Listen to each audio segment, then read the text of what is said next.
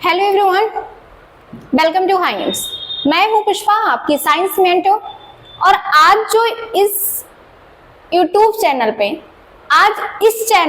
Start होने जा रहा है क्लास 9 साइंस का ऑल सीरीज। चाहे वो फिजिक्स हो, बायोलॉजी हो या केमिस्ट्री का पोर्शन हो, सारा हम साइंस का सिलेबस इस चैनल पे कवर करने वाले हैं। तो आज जो हम देखेंगे फर्स्ट चैप्टर है matter in our surrounding. Class 9 को कैसे अप्रोच किया जाए। बहुत लोग नेग्लेक्ट कर देते हैं कि 9th क्लास ही तो है, बोर्ड में पढ़ेंगे। ऐसा नहीं करना है बेटा, क्योंकि अगर आपने क्लास 9th नहीं पढ़ा तो आपको 10th में बहुत सारी प्रॉब्लम्स फेस करने को मिल सकती है। लेक्चर देखने से पहले सिर्फ छोटा सा काम करना है, आपको चैनल को कर देना है सब्सक्राइब, और अगर कोई आपके दोस्त हैं, फ्रेंड्स हैं, उनको भी आप कर देंगे रेफर, क्योंकि यहाँ पे आप सारी चीजें पढ़ने वाले हैं विद एक्सप्लेनेशन, विद प्रैक्टिकल्स के साथ में। सो लेट्स स्टार्ट और देखते हैं कि किस अप्रोच के साथ में हमें क्लास 9 को पढ़ना चाहिए और क्यों क्लास 9 के अवॉइड नहीं करना चाहिए। ओके, देखिए बेटा, क्लास 9 जो होता है किसी भी स्टूडेंट के लिए एक बेस होता है। क्या होता है? बेस होता है। यहीं से क्या होता है, आपकी एक हायर लेवल की स्टडी स्टार्ट होती है। वो चाहे आगे चल के आपको 11th 12th में पीसीएम लेना है, पीसीएम भी लेना है, या पीसीबी लेना है, या आपको इंजीनियर बनना है, डॉक्टर बनना है, आईआईटी की प्रिपरेशन करना है, नीट का करना है, यहीं से आपका बेस क्या होता है, शुरू होता है। तो इसलिए ये इंपॉर्टेंट हो जाता है और इसको हमें इग्नोर नहीं करना चाहिए कि भाई 10th आएगा तब हम पढ़ाई करेंगे।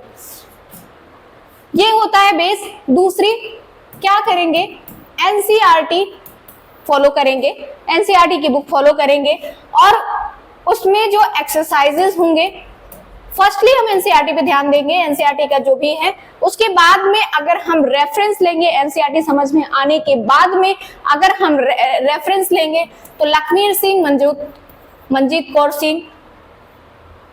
कौर, लखमीर सिंह, मंजीत कौर की आती है, ठीक है। ये बुक हम क्या करेंगे, प्रेफर करेंगे। लेकिन फर्स्टली किस पे ध्यान देंगे, एनसीईआरटी पे ध्यान देंगे, ठीक है। एनसीईआरटी के जो भी कीवर्ड्स है उसको जानेंगे, जो भी पॉइंट है उसको जानेंगे। उसके बाद में अगर हमें स्टैंडर्ड लेवल पे करना है तो लखमीर सिंह को हम फॉलो करेंगे। ओके, तो एनसीईआरटी करने के बाद में जो एनसीईआरटी के एक्सरसाइजेज होंगे वो हम सॉल्व करेंगे। बेसिकली जो भी हमें पीवाईक्यूज होंगे, कैसे क्वेश्चंस आते हैं एग्जाम में आपके, वो भी हम सॉल्व करेंगे, ठीक है। तो ये बेस बना के चलेंगे और स्टार्ट करते हैं आज हम चैप्टर को। तो हमारा चैप्टर का नेम है बेटा मैटर। क्या नेम है? मैटर। चैप्टर का नेम है मैटर। इसके बारे में हम जानते हैं, क्लास स्टार्ट होने से पहले हम जानते हैं कि क्लास के बारे में जो पढ़ने वाले हैं वो है क्या बेसिकली, ठीक है। तो मैटर का नाम सुनते ही आप आंखें बंद कीजिए और आपके अराउंड जितनी भी नॉन लिविंग थिंग्स है, क्या, जितनी भी नॉन लिविंग थिंग। अच्छा, आप क्लास 9th में हैं तो आपको नॉन लिविंग थिंग्स पता होगा। जो मूव नहीं कर सकता, जो रिप्रोड्यूस नहीं कर सकता, जिसमें ब्रीथिंग नहीं कर सकता है, वो क्या होते हैं? Non living things. अगर हम बात करें, ये नॉन लिविंग थिंग्स है। अगर हम बात करें चेयर, नॉन लिविंग थिंग्स। अगर हम बात करें बोर्ड, नॉन लिविंग थिंग्स है। अगर हम बात करें फोन, नॉन लिविंग थिंग्स है। ओके बेटा, इतना समझ में आया। अब देखो, मैटर जो होता है, जितनी भी नॉन लिविंग थिंग्स है वो क्या हो गया, मैटर हो गया। हर एक मैटर जो बना होता है वो किससे बना होता है? एटम के। सारे मैटर किससे बने होते हैं बेटा? एटम से बने होते हैं, ठीक है। अगर हम यही बात करेंगे लिविंग थिंग्स में, तो जितने भी लिविंग ऑर्गेनिज्म होते हैं सेल से बने होते हैं। लेकिन अगर हम नॉन लिविंग थिंग्स की बात कर रहे हैं तो एक चीज आपको याद रखना है कि जितने भी मैटर हैं वो किससे बने होते हैं? एटम से। तो एटम्स जो होते हैं वो बहुत ही क्या होते हैं? Tiny particles. Atoms are so tiny particles. तो आप बोल सकते हैं बेटा कि जो मैटर होता है वो बहुत छोटे पार्टिकल से बने होते हैं। टाइनी बोल लो, टाइनी पार्टिकल्स या वेरी स्मॉल पार्टिकल्स, ठीक है, वेरी स्मॉल पार्टिकल्स। तो मैटर, तो ये देख लिया कि जो होते हैं बहुत। मान लीजिए कि अगर मैं बात करूं कि इसको ब्रेक करना है, ठीक है, तो इसका एक टुकड़ा उसको ब्रेक करोगे, उसमें एटलीस्ट आपको कितने पार्टिकल्स मिल जाएंगे? 10 टू पावर 20। अगर एक टुकड़े को आप ब्रेक कर रहे हो, मान लीजिए पानी का बूंद है, क्या है? वाटर का ड्रॉप है। वाटर का क्या है? ये ड्रॉप है। वाटर के ड्रॉप को अगर हम क्या करते हैं, पार्टिकल्स उसके गिनते हैं, तो 10 टू पावर 21, मतलब आप 1 में 21 जीरोस लगाओ, उतने पार्टिकल्स होते हैं। बहुत ही छोटा, इतना छोटा होता है कि उसको हम आगे ब्रेक नहीं कर सकते। तो all matters made of from atoms, और एटम्स क्या होता है? एक टाइनी पार्टिकल से मिलके बना होता है। ठीक है, ये क्लियर होना चाहिए। अब हम मैटर को पढ़ने से पहले बेटा ये देखेंगे कि जो एटम होता है ना, तो बेसिकली हम इस चैप्टर में पूरे मैटर के बारे में पढ़ेंगे। क्या स्टेट होता है मैटर का, सॉलिड, लिक्विड, गैस, किस में क्या अट्रैक्शन होता है, क्या मैटर पे क्या क्या इफेक्ट पड़ता है, टेम्परेचर के थ्रू क्या होगा, प्रेशर डालेंगे तो क्या होगा, बेसिकली इन सारी चीजों के बारे में पढ़ना है। तो बहुत ही इजी चैप्टर है बेटा, मतलब ऐसे आप हाइप बना के मत बैठिएगा कि क्लास 9th है समझ नहीं आ रहा है, क्योंकि अभी तक आप रेफरेंस बुक पढ़ते थे। ठीक है, अब आपके एनसीईआरटी आ गया, तो एनसीईआरटी का लैंग्वेज थोड़ा सा टफ होता है, बट इतना क्लियर के साथ में पढ़ाया जाएगा आपको, इतनी क्लियरिटी के साथ में पढ़ाया जाएगा कि आपको कोई भी डाउट नहीं रह जाएगा। ओके, तो अब स्टार्ट करते हैं बेटा, स्टार्ट करते हैं चैप्टर को।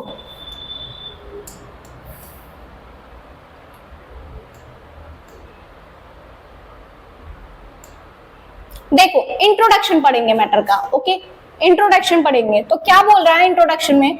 Everything is the universe. किसकी बात कर रहा है? यूनिवर्स की। Is made of the material which scientist has name as matter. तो जो भी यूनिवर्स में नॉन लिविंग थिंग्स बने हैं वो किससे बने हुए हैं? किससे बने हुए हैं? एक मटेरियल से, उसका ही नाम हमने क्या रख दिया? Matter. The matter is made of very small tiny particles. It is not continuous but it's particulate. ठीक है, क्या बोल रहा है कि मान लो यहाँ पे पार्टिकल्स है, छोटे छोटे पार्टिकल्स है, ये हमारा ये छोटे छोटे पार्टिकल्स है, उससे क्या होता है? उसी से मिलके क्या होता है? बना होता है। The matter is anything that occupies space and has mass. Particles of matter have space between them, are continuously moving. अगर हम बात करते हैं मैटर की, मान लो चेयर है, तो चेयर जहां पे रखा हुआ है वो क्या स्पेस को ऑक्युपाई किया है? स्पेस रखा है। अगर मैं इस पेन को ही मान लीजिए मैं यहाँ पे रख देती हूँ, तो इतना स्पेस वो क्या करेगा? ऑक्युपाई करेगा। लेकिन इसका मास भी तो होगा कुछ, मतलब अगर इसको हम मेजर करेंगे तो कुछ ना कुछ तो कुछ ग्राम होगा, मास भी होगा। तो बोलता है कि matter have space between them and continuously moving, or matter occupies space and has mass. क्या बोल रहा है कि मैटर के बीच में क्या होता है? स्पेस होता है। अगर हम सॉलिड की बात करते हैं, किसी भी सॉलिड मैटर की बात करते हैं, तो उसके बीच में स्पेस नहीं होगा बेटा। अगर बात कर लो कि इसको छोड़ो, ये छोटा है, आप बात करते हो ये बोर्ड है, बोर्ड यहाँ पे रख दो, अभी तो ये हैंग किया हुआ है, लेकिन इसको अगर रख देते हो तो ये ऐसा नहीं है कि यहाँ रखा हुआ है और 10 मिनट बाद में देखेंगे वहां पे, तो वो मूव नहीं करता। बट अगर यही वाटर की बात करते हैं, तो वाटर को यहाँ आप डालोगे तो कुछ मिनट बाद में देखोगे कि उसके पार्टिकल्स मूव करके कहाँ पे पहुंच गए। तो जब हम पढ़ेंगे सॉलिड, लिक्विड, गैस, तो उसमें आपको क्लियर हो जाएगा। Particles of matter attract each other, और जो पार्टिकल्स होते हैं मैटर के, देखिए जैसे सॉलिड के ये पार्टिकल्स क्या किए हैं? एक दूसरे को अट्रैक्ट किए हैं। तो I hope you are getting well बेटा। आई होप आपको समझ में आ रहा होगा कि क्या चीजें हैं। अच्छा, मैटर के 3 स्टेट होते हैं। क्या होते हैं? 3 स्टेट होते हैं। इट हैज 3 स्टेट, सबको पता है, solid, liquid, gas, solid, liquid, gas. अच्छा, इसमें अब आपको जो देखने वाली चीजें हैं कि सॉलिड में क्या चीजें होती हैं, लिक्विड में क्या होता है और गैस में क्या होता है। ठीक है, यही चीज हमें ध्यान देने वाली बात है। तो अगर हम बात करेंगे बेटा सॉलिड की, तो आपको क्या यहाँ पे दिख रहा है कि जो सॉलिड के पार्टिकल्स हैं वो क्या हैं? बहुत ही पास पास है। As you can see here, बहुत ही पास पास है। तो इस पे जो होगा पार्टिकल्स के फोर्स ऑफ अट्रैक्शन, पार्टिकल्स के बीच में क्या? फोर्स ऑफ अट्रैक्शन, मतलब एक फोर्स लगता है जिसकी वजह से पार्टिकल्स एक दूसरे में क्या होते हैं? अट्रैक्ट करते हैं। तो यहाँ पे फोर्स ऑफ अट्रैक्शन ज्यादा होगा। है ना, मैक्सिमम लिख सकते हैं, force of attraction maximum in solid. अच्छा, रिजिड होता है, रिजिड मतलब कठोर होता है, तो आप देखते होंगे कि सॉलिड जो होता है वो कठोर होता है। फिक्स्ड वॉल्यूम होता है, मान लीजिए कि आपके पास में 1 किलो का लोहा है, 1 किलो का कुछ ज्वेलरी मान लो, तो वो क्या होगा, सॉलिड होगा, और वो 1 kg है तो 1 kg ही रहेगा बेटा, चेंज नहीं होगा, तो फिक्स वॉल्यूम होगा। और फिक्स शेप की बात करें तो मान लो कि आपका जो मोबाइल फोन है वो भी सॉलिड है, ठीक है, उसके बीच में भी फोर्स ऑफ अट्रैक्शन ज्यादा है, तो क्या मोबाइल डेली चेंज होता रहता है, कभी गोल हो जाएगा, कभी रेक्टेंगल में होगा, ऐसा नहीं होता है। तो क्या होता है, फिक्स्ड वॉल्यूम। तो आप मान सकते हो कि सॉलिड जो होता है रिजिड होता है, फिक्स शेप होता है और फिक्स्ड वॉल्यूम होता है। अब लिक्विड की बात करते हैं, अब ज्यादा विजिबल होगा आपको। लिक्विड की बात करते हैं, नॉट रिजिड, रिजिड नहीं होता बेटा, कठोर नहीं होता है, ठीक है। लिक्विड तो आप जैसे जूस हो गया, ऑयल हो गया, या फिर आप बात करते हैं वाटर की, ये सारे क्या होते हैं, लिक्विड होते हैं। नो फिक्स शेप, उसका कोई शेप नहीं होता है। मान लीजिए सुबह सुबह आपने दूध लेकर आए तो वो पॉलिथीन में है, ठीक है, उसमें पैक हुआ है तो वो पॉलिथीन का शेप लिया है, लेकिन जैसे ही हमने घर आके किसमें डाल दिया, कंटेनर में, मतलब गर्म करने के लिए, तो उसका शेप ले लिया। तो लिक्विड का कोई शेप नहीं होता है। फिक्स्ड वॉल्यूम, वॉल्यूम फिक्स्ड होता है बेटा। 1 किलो दूध लोगे ना, तो जो दूध वाला देके जाएगा वो भी जब बर्तन में लेंगे तो 1 किलो रहेगा, और जब आप गर्म करेंगे दूसरे बर्तन में डालेंगे तब भी 1 किलो ही रहेगा, ठीक है। तो फिक्स्ड वॉल्यूम होता है। तो लिक्विड क्या होगा, not rigid, no fix shape but fixed volume. Gas not rigid, यहाँ पे आपने परफ्यूम डाला, पूरे घर में फैल गया, तो उसका क्या है, कोई भी शेप नहीं होता है, कोई भी वॉल्यूम नहीं होता है, और ना ही वो रिजिड होता है। मान लो यहाँ पे कोई चीज, घर में क्या होता है, सुबह सुबह पूजा होता है, मम्मी जो होती हैं वो अगरबत्ती जलाती है, भगवान जी का मंदिर होता है, और आप देखते होंगे पूरे घर में फैल जाता है। तो गैस जो होता है उसके जो पार्टिकल्स होते हैं बहुत दूर दूर होते हैं, क्या होते हैं, बहुत दूर दूर होते हैं, जैसा कि आप यहाँ पे देख सकते हैं। और जो लिक्विड के पार्टिकल्स हैं वो कंपैरेटिवली सॉलिड के थोड़ा सा क्या होते हैं, दूर दूर होते हैं, और गैस के सबसे दूर दूर होते हैं। तो गैस के पार्टिकल्स के बीच में बहुत ज्यादा स्पेस होता है, लिक्विड के पार्टिकल्स के बीच में कम स्पेस होता है, सॉलिड के पार्टिकल्स के बीच में बहुत ही कम, मतलब नेग्लेक्ट होता है, उसमें स्पेस होता ही नहीं है। तो आई होप अब बेटा आपको ये समझ में आया होगा, ये जो तीनों हैं, सॉलिड, लिक्विड, गैस, क्या होता है। नेक्स्ट पढ़ते हैं। अब प्रॉपर्टी है, कुछ प्रॉपर्टी है, सॉलिड की क्या प्रॉपर्टी, लिक्विड की क्या है, गैस की क्या है, एक एक करके हम देखेंगे। जूम कर देते हैं जिससे आपको क्लियरिटी अच्छी होगी। देखना बेटा, शेप और वॉल्यूम में जैसा कि हमने पढ़ा, फिक्स शेप एंड वॉल्यूम होता है सॉलिड में, और लिक्विड में fix shape but has volume, no fix shape, shape fix नहीं होता है लेकिन वॉल्यूम फिक्स होता है। और गैस में neither definite shape nor volume, ना ही शेप होता है फिक्स और ना ही वॉल्यूम फिक्स होता है। एनर्जी लेवल क्या होता है, लोवेस्ट होता है सॉलिड में, और लिक्विड में क्या होता है, मीडियम होता है, और गैस में क्या होता है, हाईएस्ट होता है। कैसे, अगर हम सॉलिड को यहाँ पे रखते हैं तो सॉलिड घूमेगा नहीं पूरे रूम में, ठीक है, तो एनर्जी उसकी कम है, एक जगह पे बैठा है, रिजिड है। अगर हम बात करते हैं लिक्विड की, तो लिक्विड थोड़ा थोड़ा थोड़ा थोड़ा स्लोली क्या करेगा, मूव करेगा। लेकिन अगर ये बात करते हैं गैस की, तो वो तो इतना एनर्जी रहता है, पूरे घर में फैल जाता है, ठीक है। तो आप ये एनर्जी लेवल पे देखते हैं। कंप्रेसिबिलिटी मतलब होता है दबाना, मतलब अगर हम उसको पुश कर रहे हैं, दबा रहे हैं, तो वो क्या हो जाए, कंप्रेस हो जाए, फैल जाए। तो भाई डिफिकल्ट होता है, अगर आप सॉलिड को दबा रहे हैं ना, तो वो इतना जल्दी कंप्रेस नहीं होगा, या फिर आप इतना ज्यादा प्रेशर लगाइए, अगर नियरली डिफिकल्ट होता है सॉलिड को, लिक्विड को दबाने में। और अगर हम बात करें किसका, गैस का, तो गैस को तो भाई दबा के फैला सकते हैं, मतलब कंप्रेस करके पूरे रूम में फैला सकते हैं। Arrangement of molecules regular and closely arrange, मतलब जो मॉलिक्यूल्स की अरेंजमेंट होती है वो क्या होती है, रेगुलर, एक जैसा होती है, और क्लोजली मतलब एक दूसरे को बहुत ही क्लोज क्या करते हैं, उसके पार्टिकल्स अट्रैक्ट किए रहते हैं। Random and little sparsely arrange, random and little sparsely arrange, और random and more sparsely arrange. Sparsely मतलब होता है एकदम से पूरा फैल जाना, ठीक है। तो इसके जो पार्टिकल्स होते हैं वो क्या होते हैं, कहीं भी हो सकते हैं, रैंडम होता है।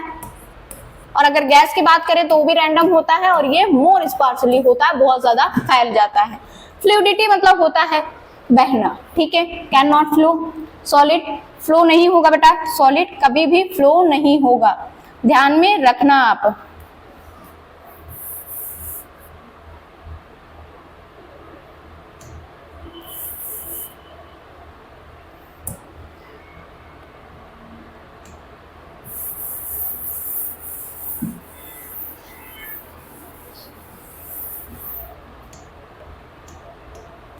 तो सॉलिड फ्लो नहीं होगा, can not flow, flows from higher to lower level. अगर लिक्विड की बात करें तो लिक्विड को अगर ऊपर से आप गिरा रहे हैं, या फिर आप देखे होंगे कि ऐसे अगर करते हैं तो ये क्या है, लोअर पोर्शन है, ये अपर पोर्शन है, तो अपर से किधर जाएगा, फ्लो होगा lower to, falls in all direction. और गैस जो होता है बेटा ऑल डायरेक्शन में फैलता है, ठीक है। अगर यार यहाँ पर आप परफ्यूम डालते हो ना तो आप देखोगे कि हर कोने में हर जगह पे फैल जाएगा, तो वो क्या होता है, ऑल डायरेक्शन में फ्री होता है। मूवमेंट नेग्लिजिबल, ये नेग्लिजिबल होता है, ये नेग्लिजिबल होता है बेटा, मतलब बिल्कुल भी नहीं होता है मूवमेंट इसमें। Depends on inter particle attraction, कहता है कि जो उसके अंदर जो पार्टिकल्स होंगे ना उनके अट्रैक्शन पे डिपेंड करेगा लिक्विड का मूवमेंट।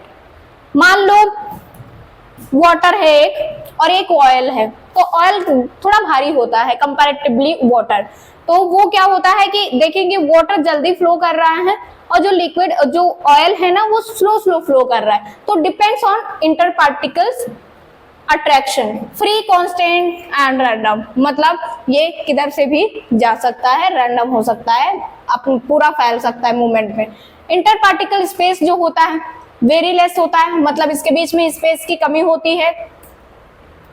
गैस के बीच में स्पेस बहुत लेस होता है, गैस के बीच में सॉलिड के बीच में स्पेस बहुत लेस होता है, और अगर वही लिक्विड की बात करते हैं तो मोर होता है, और गैस की बात करते हैं तो लार्ज स्पेस होता है। इंटर पार्टिकल अट्रैक्शन की बात करते हैं बेटा, तो इसमें क्या होता है, मैक्सिमम होता है। अरे अट्रैक्शन ज्यादा होगा तभी तो वो सॉलिड होगा, तभी तो वो रिजिड होगा, और इसमें मीडियम होता है, और इसमें क्या होता है, मिनिमम होता है। डेंसिटी, डेंसिटी मैक्सिमम होगी, ऑब्वियस सी बात है, वो सॉलिड है तो डेंसिटी उसकी क्या होगी, मैक्सिमम होगी। इसकी डेंसिटी क्या मीडियम है, और इसकी डेंसिटी क्या होगी, गैस की मिनिमम होगी। रेट ऑफ डिफ्यूजन, डिफ्यूजन जो होता है फैल जाना, ठीक है, एक दूसरे में मिल जाना, इंटरमिक्स हो जाना, तो वो क्या होगा, नेग्लिजिबल होगा। और यहाँ पे डिपेंड्स ऑन इंटर पार्टिकल्स, और गैस में क्या होगा, मैक्सिमम होगा। तो आई होप ये चार्ट आपको समझ में आया होगा, ये चार्ट आपको समझ में आया होगा।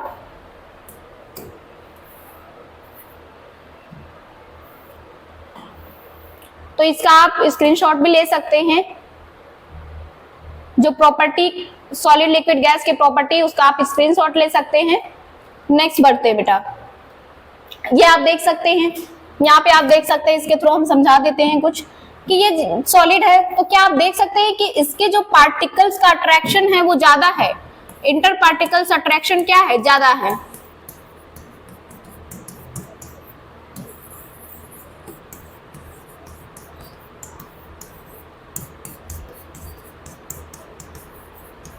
क्योंकि आप देखिए ये कितना क्लोजली एक दूसरे को पकड़ा हुआ है, कितना क्लोजली। यही बात करें अगर लिक्विड की, तो लिक्विड की अगर ये गैस की क्या एकदम से दूर दूर है, और लिक्विड की बात करें तो उसके इंटर पार्टिकल्स क्या है, थोड़ा सा कंपैरेटिवली सॉलिड के वो क्या है, पास पास में। तो यहाँ पे देख लीजिए, यहाँ पे स्पेस दिख रहा है, यहाँ पे बहुत सारा स्पेस है, और इसमें क्या है, इंटर पार्टिकल अट्रैक्शन बहुत ही ज्यादा है, बहुत ही कम स्पेस है। तो ये solid, liquid and gas. Effect of temperature बोलता है बेटा कि कोई भी मैटर है, ठीक है, सॉलिड में है, अगर उस पर टेम्परेचर डाला जाए तो क्या इफेक्ट पड़ेगा। मान लो अपने पास में आइस है, ठीक है, आइस क्या होता है, सॉलिड होता है। 0 डिग्री टेम्परेचर पे आपको पता है आइस क्या होता है, सॉलिड होता है। तो उस आइस पे अगर हम बाहर निकाल देंगे, क्योंकि वो फ्रिज में होता है तो टेम्परेचर क्या होता है, लो होता है, या टेम्परेचर कम होता है, और अगर हम जब बाहर निकालेंगे तो टेम्परेचर क्या होगा, ज्यादा होगा, टेम्परेचर ज्यादा हो जाएगा, क्योंकि फ्रिज में बहुत ज्यादा कूलिंग है, बाहर का टेम्परेचर हाई।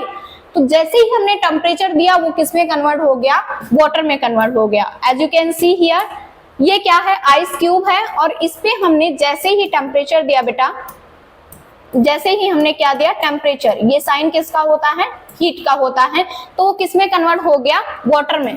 तो वाटर क्या हो, लिक्विड, वाटर क्या हो गया, लिक्विड, और आइस क्यूब क्या था यहाँ पे, सॉलिड था। तो यस, इफेक्ट ऑफ टेम्परेचर में क्या होता है, मैटर की स्टेट चेंज होता है। On increasing the heat, the particles gain energy and start vibrating with greater energy due to increased kinetic energy. The particles overcome the force of attraction and new state is obtained. तो जैसे ही इस पे temperature देंगे, क्या बोल रहा है कि जैसे ही हमने सॉलिड में टेम्परेचर दिया, इनमें क्या हो जाएगा, एनर्जी गेन करना स्टार्ट हो जाएगा और पार्टिकल्स वाइब्रेट करेंगे धीरे धीरे, और धीरे धीरे क्या हो जाएंगे, दूर हो जाएंगे, और उसमें एक एनर्जी जनरेट हो जाता है जिसको हम बोलते हैं काइनेटिक एनर्जी। और पार्टिकल्स के फोर्स ऑफ अट्रैक्शन कम होने लगते हैं, और वो क्या कर देता है, फोर्स ऑफ अट्रैक्शन कम हो गया और ये क्या होगा, न्यू स्टेट जनरेट होगा। ठीक है, तो काइनेटिक एनर्जी क्या करेगा, पार्टिकल्स को दूर दूर भगाएगा, है ना, रिपेल करेगा एक तरीके से सॉलिड से। तो किस में चेंज हो जाएगा, वाटर में चेंज हो जाएगा। और जैसे ही पार्टिकल्स इसमें बहुत क्लोज है, इसमें पार्टिकल्स थोड़ा सा दूर दूर हो गए हैं। ठीक है, तो ये effect of temperature change the state of matter. समझ में आया क्या बेटा, ये समझ में आया क्या इफेक्ट ऑफ टेम्परेचर का, कि मान लो दूसरी अगर बात करते हैं, लिक्विड ही लेते हैं। लिक्विड में आप ले लो वाटर को आप टेम्परेचर देते जा रहे हो, एक पोजीशन ऐसा आएगा तो आप देखोगे कि वो पूरा वाटर क्या बन गया, ये मान लो ये वाटर है, ठीक है, और आप यहाँ से हीट दे रहे हो, इसको हीट दे रहे हो, कुछ भी आप दे रहे हो, धीरे धीरे देखेंगे कि उसका जो वेपराइजेशन हो जाता है, वेपर में कन्वर्ट हो जाता है ना, पूरा गैस में कन्वर्ट हो जाता है। तो टेम्परेचर से स्टेट चेंज होता है। नेक्स्ट देखते हैं बेटा, what is melting point, boiling point, latent heat of energy, latent heat of vaporisation. ये क्या होता है, इंपॉर्टेंट है। मेल्टिंग पॉइंट होगा किसी भी मैटर के जब सॉलिड में होगा। ठीक है, कभी आपने सुना है कि दूध है उसको मेल्ट करना है, वो तो ऑलरेडी मेल्ट है। तो मेल्टिंग पॉइंट जो होता है वो सॉलिड स्टेट वाले मैटर का होता है। ठीक है, सॉलिड में जो होगा वो उसका मेल्टिंग पॉइंट होगा। तो the temperature at which is a solid melt to become a liquid at the atmospheric pressure is called melting point. तो बेटा यहाँ पे एक टर्म आया है एटमॉस्फेरिक प्रेशर, जिसको हम एटीएम बोलते हैं। ये क्या होता है, एटीएम क्या होता है कि अगर हम यहाँ पे खड़े हैं ना, बोल पा रहे हैं, तो यहाँ पे भी एटमॉस्फेरिक प्रेशर लग रहा है। और जैसे ही जो टेम्परेचर बढ़ाएंगे तो वो सॉलिड से लिक्विड में कन्वर्ट होगा, वहां पे टेम्परेचर के साथ में एटीएम लगेगा, प्रेशर लगेगा, एटमॉस्फेरिक प्रेशर, तब वो जाके क्या होगा, मेल्ट होगा। As it is boiling point, the temperature at which liquid start boiling, और बॉइलिंग पॉइंट में लिक्विड स्टार्ट होगा। ठीक है, atmospheric pressure is known as boiling point. Boiling is a bulk phenomena. इसमें आया है एक बल्क फिनोमिना का। मान लो ये वाटर है या मिल्क ले लो, कुछ भी ले लो, ठीक है, तो जब ये बॉयल करना स्टार्ट करेगा बेटा, तो ऐसा नहीं है कि सिर्फ एक ही पोर्शन से बॉयल हो रहा है या एक ही पोर्शन से वेपराइजेशन, मतलब पूरी की पूरी मिल्क बॉयल होगी साथ में, तो बल्क फिनोमिना है। लेकिन अगर हम बात करते हैं मेल्टिंग पॉइंट का, तो मान लो कि ये आइस है, तो हो सकता है कि इसका इधर का पोर्शन मेल्ट होना स्टार्ट किया, पूरे में नहीं हुआ। ठीक है, तो आई होप ये समझ में आया होगा कि boiling is a bulk phenomena, मतलब जो भी चीजें आप बॉयल कर रहे हैं वो जितना भी कंटेनर में क्वांटिटी होगा वो साथ में ही क्या होगा, बॉयल होगा। तो आई होप यू अंडरस्टूड। देखो बेटा, लेटेंट हीट ऑफ फ्यूजन क्या होता है। फ्यूजन जो होगा वो क्या होगा, मेल्टिंग पॉइंट, या फिर आप बोल सकते हो सॉलिड टू लिक्विड का पोर्शन होगा। फ्यूजन मतलब सॉलिड से लिक्विड में कन्वर्ट होगा। तो क्या होता है, the amount of heat energy required to change 1 kg of solid into liquid at its melting point is called the latent heat of fusion of the solid. बोलता है कि 1 kg लिक्विड को, अगर 1 kg सॉलिड को अगर हम liquid में convert करते हैं और जो एनर्जी की रिक्वायरमेंट होगी उसको हम क्या बोलेंगे, लेटेंट हीट ऑफ फ्यूजन। तो हमें ध्यान देने वाली चीजें हैं कि यहाँ पे क्वांटिटी क्या बता रहा है, क्या बेटा यहाँ पे क्वांटिटी क्या बता रहा है। तो अब 1 kg याद रखना, तो 1 kg सॉलिड को लिक्विड में कन्वर्ट करने के लिए at the it's melting point जो भी हमें एनर्जी की जरूरत होगी उसको हम क्या बोलेंगे, latent heat of fusion. Latent heat of vaporisation क्या होगा, यहाँ पे उल्टा होगा, यहाँ पे उसके लिक्विड टू वेपर होगा। The amount of heat energy required to 1 kg of liquid to vapour at the atmospheric pressure at its boiling point is called the latent heat of vaporisation of liquid. कहता है कि यहाँ पे इसमें क्या हो रहा था, सॉलिड से लिक्विड में कन्वर्ट हो रहा था। 1 kg सॉलिड किसमें कन्वर्ट हो रहा था, लिक्विड में, और यहाँ पे 1 kg लिक्विड किसमें कन्वर्ट होगा, वेपर में, at the time of atmospheric pressure और उसके बॉइलिंग पॉइंट। क्या बोलेगा इसको, लेटेंट हीट ऑफ वेपराइजेशन। तो अगर हम लेटेंट हीट ऑफ फ्यूजन की बात करते हैं तो 1 kg सॉलिड को एटमॉस्फेरिक प्रेशर पे कितनी एनर्जी लगेगी उसको लिक्विड में कन्वर्ट करने के लिए, उसको हम बोलेंगे लेटेंट हीट ऑफ फ्यूजन। और अगर हम बात करते हैं लेटेंट हीट ऑफ वेपराइजेशन का, तो 1 kg लिक्विड को एटमॉस्फेरिक प्रेशर में कितनी एनर्जी लगेगी उसको वेपर में कन्वर्ट होने को, तो उसको हम क्या बोलेंगे, latent heat of vaporisation. Okay, तो आई होप ये आपको क्लियर हो गया होगा बेटा।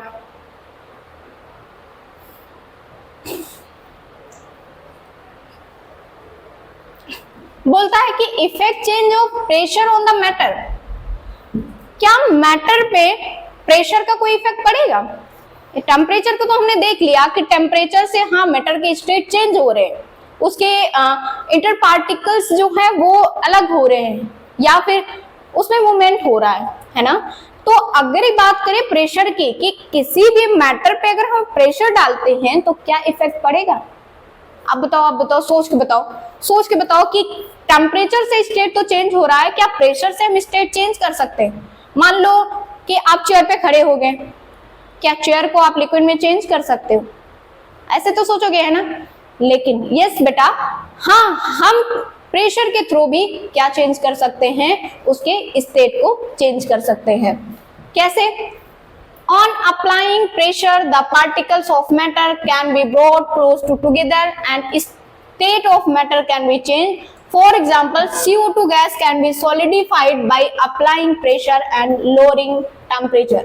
CO2 गैस जो होता है, कार्बन डाइऑक्साइड गैस, बोलता है कि उस पर अगर प्रेशर दिया जाए, प्रेशर को एटीएम में लिखते हैं, प्रेशर दिया जाए, अप्लाई किया जाए, तो वो किस में कन्वर्ट हो जाता है, सॉलिडिफाइड में। और आपको पता है बेटा कि जो CO2 होता है वो क्या होता है, गैस फॉर्म होता है, कार्बन डाइऑक्साइड, और उस पे बहुत ज्यादा प्रेशर देने पर वो किस में चेंज होता है, सॉलिड में चेंज हो जाता है। तो आप क्या याद रखेंगे, एग्जांपल भी याद रखेंगे। एवेपोरेशन क्या होता है? एवेपोरेशन में क्या होगा कि the phenomena of changing of liquid into its vapour state of any temperature below it's boiling point is called evaporation. Evaporation is a surface of phenomena. ठीक है, मान लो यहाँ पे क्या बोल रहा है,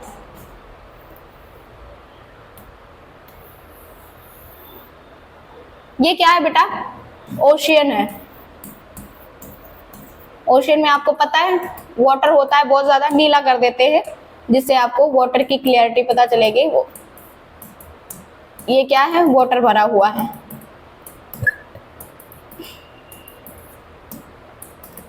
अभी तो ये वाटर, और ये सनलाइट है जो कि दिन में निकलता है। तो कहता है कि वेपरेशन जो होगा वो सरफेस पे ही होगा, है ना, बॉइलिंग पॉइंट के बिलो। बॉइलिंग पॉइंट मतलब होता है कि बॉयल होने लगा, और वेपराइजेशन मतलब होता है कि सिर्फ सरफेस, वो कहते हैं सिर्फ हलचल होती है ना। तो यहाँ पे इसका हीट आया, और क्या होता है, ओशियन का जो वाटर है वो धीरे धीरे किस में कन्वर्ट होने लगता है, वेपर में, और जाके फिर क्लाउड में क्या हो जाता है, इकट्ठा हो जाता है। फिर क्लाउड से वो ठंडा होके और फिर बारिश करता है, जिसको हम वाटर साइकिल भी बोलते हैं। ठीक है, तो ये वेपरेशन का क्या है, एग्जांपल है। ये ओशियन है, ये सन है, इसमें टेम्परेचर पड़ा तो धीरे धीरे किसमें, वेपराइज हो गया, वेपराइज होके क्लाउड में, और क्लाउड से फिर कहाँ पे आ जाता है, बारिश में, बारिश होके फिर क्या आ जाता है, ओशियन में ही। तो उसको हम क्या बोलते हैं, बेसिकली वाटर साइकिल। तो वेपराइजेशन आपको समझ में आया होगा। तो ये समझ में आ गया होगा, the phenomena of changing of liquid into its vapour state it any temperature, कोई भी टेम्परेचर हो।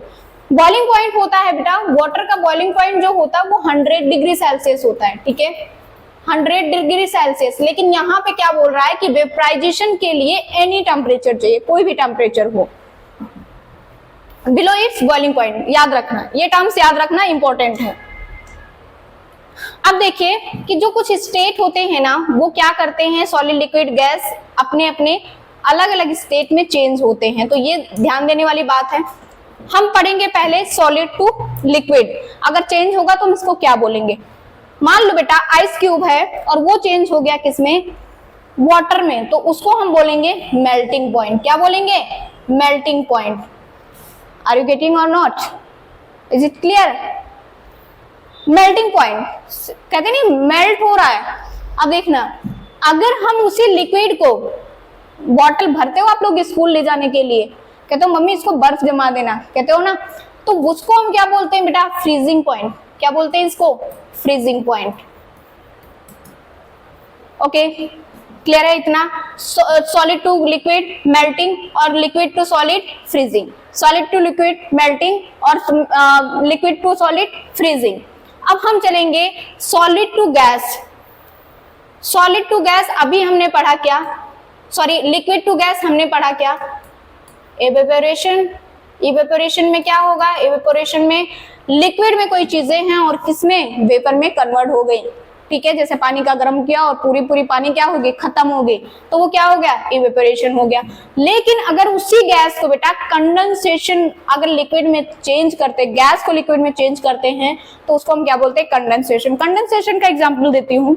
आपने कभी देखा गरम गरम खाना बना हुआ है, उसकी सब्जी बनी हुई है, प्लेट उतारो, तो प्लेट उतारोगे तो जो ऊपर वाला जो ढक्कन होता है ना, जिससे ढका होता है, उसमें बूंदे आ जाती है पानी की। वो पानी की बूंदें पहले नहीं होती, पहले क्या होता है, वो गरम गरम जो वेपर होता है ना खाने का, वो जाके उसमें क्या कन्वर्ट हो जाता है, और ठंडा होके किसमें कन्वर्ट हो जाता है, पानी में। तो उसी को हम क्या बोलते हैं, कंडेंसेशन। समझ में आया, समझ में आया। लिक्विड टू गैस एवेपोरेशन और gas to liquid condensation, example के थ्रू समझा दिया। अब आते हैं गैस टू सॉलिड। अगर हम गैस से किसी भी चीजों को सॉलिड में कन्वर्ट करते हैं तो उसको हम बोलते हैं डिपोजिशन। अभी हमने बात किया है किसका, CO2 को सॉलिडिफाइड किया गया था, उसको हम क्या बोलेंगे बेटा, डिपोजिशन। और यही अगर बात करें solid to gas, solid to gas क्या आपने घर में कभी देखा है, कुछ कैम्फर देखा है, कपूर को जलाते हुए मम्मी लोग पूजा करती हैं, कभी देखना ध्यान से, ये प्रैक्टिकल भी कर सकते हो। कैम्फर जो होता है जैसे ही जलाते हैं ना, वो लिक्विड में कन्वर्ट नहीं होता है कि पहले वो लिक्विड में कन्वर्ट हो फिर वो गैस में, वो क्या होता है, डायरेक्ट गैस में उड़ जाता है, आपने देखा होगा। तो डायरेक्ट वो गैस में उड़ जाता है, तो वो सॉलिड था और गैस में बन गया, तो उसको हम क्या बोलेंगे, सब्लिमेशन। क्या बोलेंगे, सब्लिमेशन। एग्जाम्पल किसका, कैम्फर का, कपूर का बेटा। तो अब हमारे साथ में याद करोगे, सॉलिड टू लिक्विड क्या होगा, मेल्टिंग।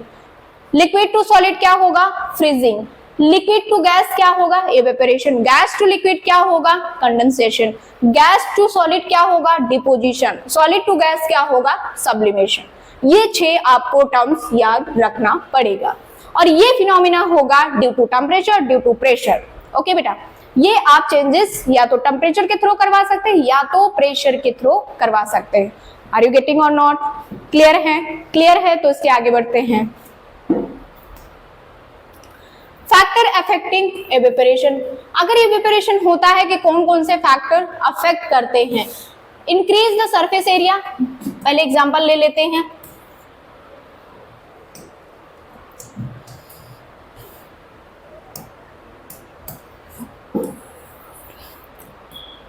अभी इतने एरिया में क्या भरा हुआ है, वाटर है, क्या है बेटा, इतने एरिया में वाटर है। जैसे ही वेपर में कन्वर्ट होगा तो क्या ये हर डायरेक्शन में फैल जाएगा, बोलो, क्या ये हर डायरेक्शन में फैल जाएगा कि नहीं फैल जाएगा, तो उसका सरफेस एरिया क्या हो जाएगा, इंक्रीज हो जाएगा। And increase temperature increases the rate of वेपरेशन। और जैसे जैसे इसमें टेम्परेचर को हम इंक्रीज करेंगे वैसे वैसे हाई क्या होगा, बॉइलिंग होगा, मतलब हाई क्या होगा, वेपरेशन। जितना टेम्परेचर फास्ट करोगे उतना जल्दी वेपराइज्ड होगा। Decrease in humidity increase the rate of वेपरेशन। तो जैसे ही ह्यूमिडिटी को डिक्रीज करोगे आप, मतलब ह्यूमिडिटी कम होगा, तो जो रेट ऑफ वेपरेशन है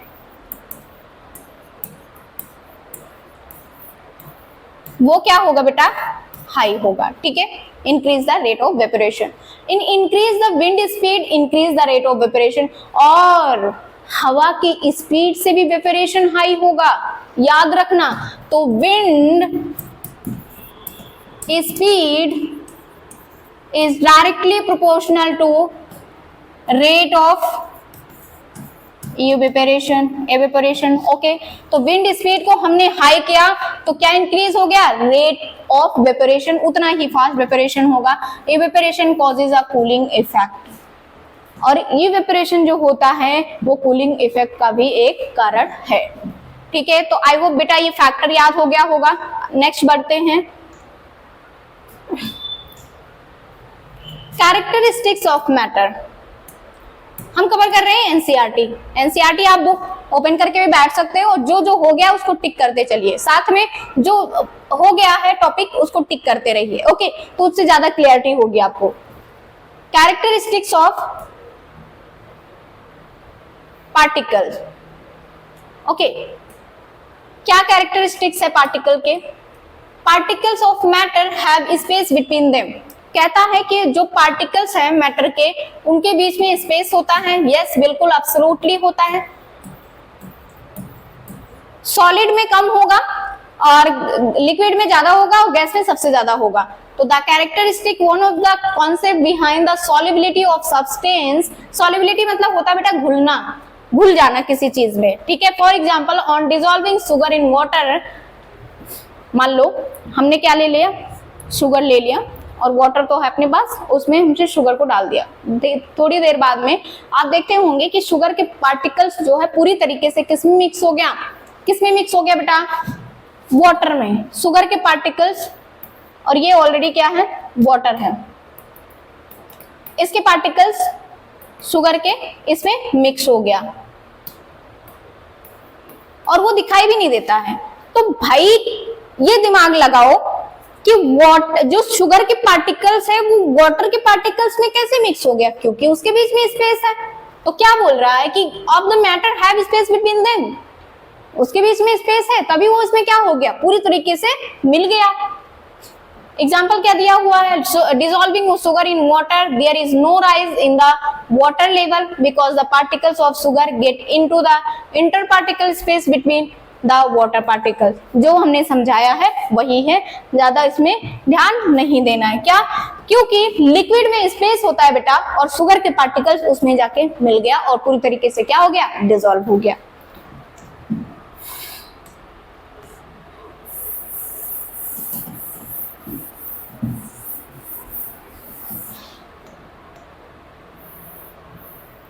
नेक्स्ट पढ़ते हैं particles of matter are always in motion. क्या जो पार्टिकल्स है मैटर के, क्या ऑलवेज मोशन में रहते हैं?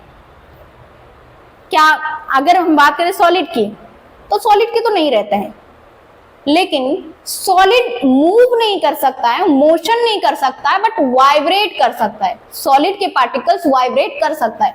कभी आपने फील किया होगा कि चेयर पे, आपके टेबल पे फोन रखा है और आप दूर पढ़ रहे हो बट टेबल कनेक्ट है, ठीक है, और फोन वाइब्रेट हुआ तो आपको वो फील हुआ, मूव तो नहीं कर रहा है बट मोशन हो रहा है उसमें वाइब्रेटिंग के थ्रू।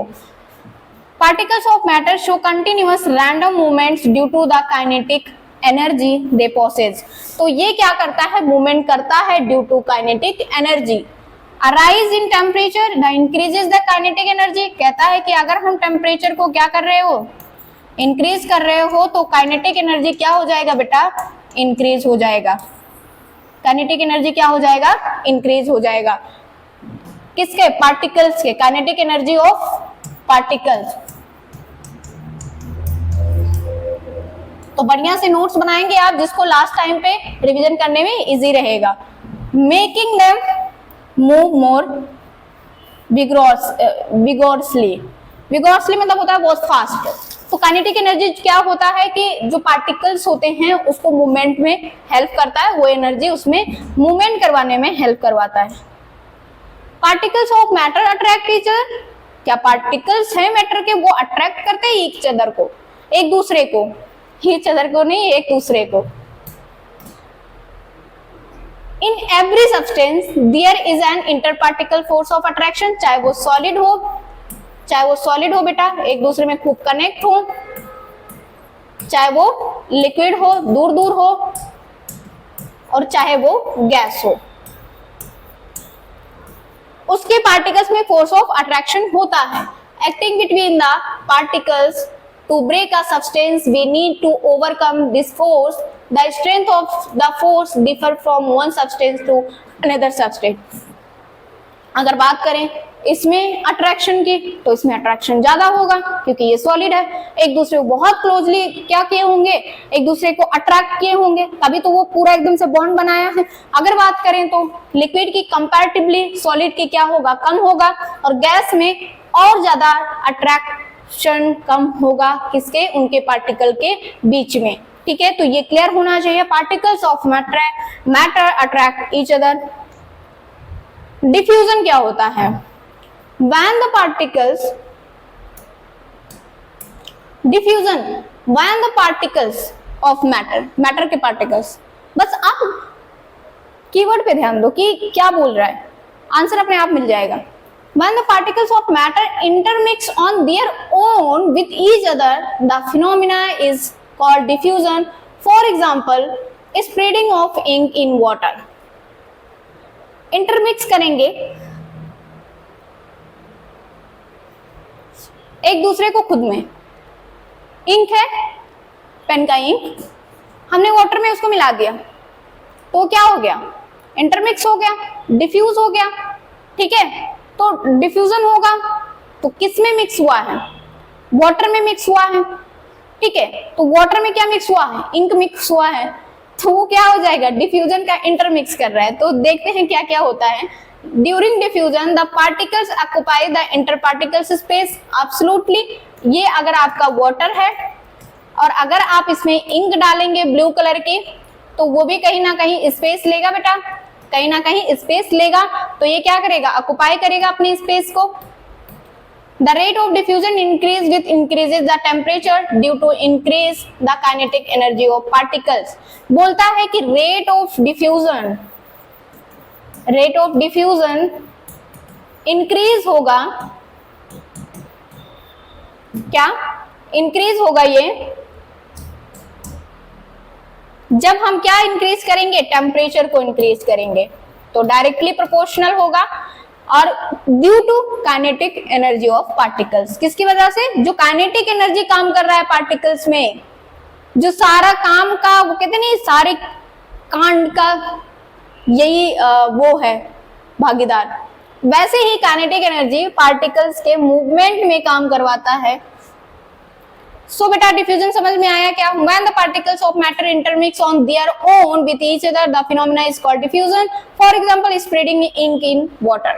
ठीक है, तो जैसे ही हमने इंटरमिक्स करवाया वाटर को, वाटर में इंक को, तो वो क्या किया, इंक में वाटर में जाने के बाद में वाटर में स्पेस होगा क्योंकि लिक्विड है, और स्पेस होगा तो उसमें इंक अपना जगह ले लेगा।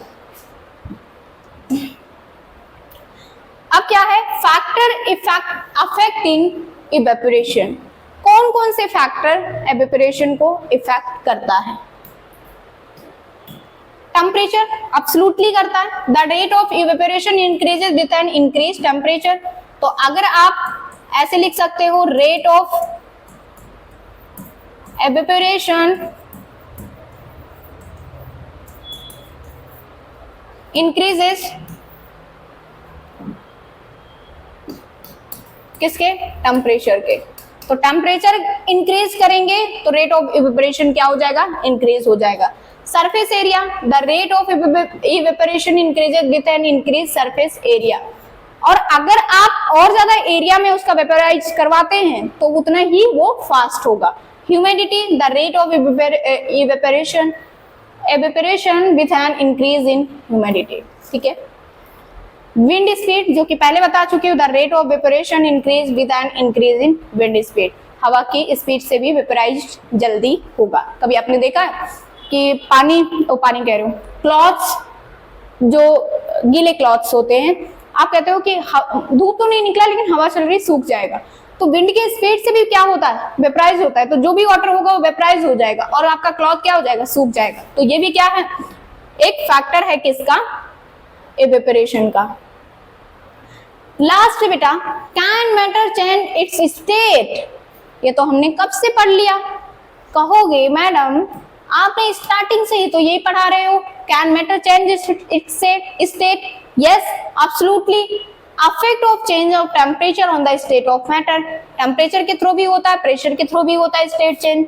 On increasing the temperature the kinetic energy of particles of matter increase and they begin the vibrate and higher energy, therefore the interparticle force of attraction between the particles reduce and particles get detached from their position and begin the move freely.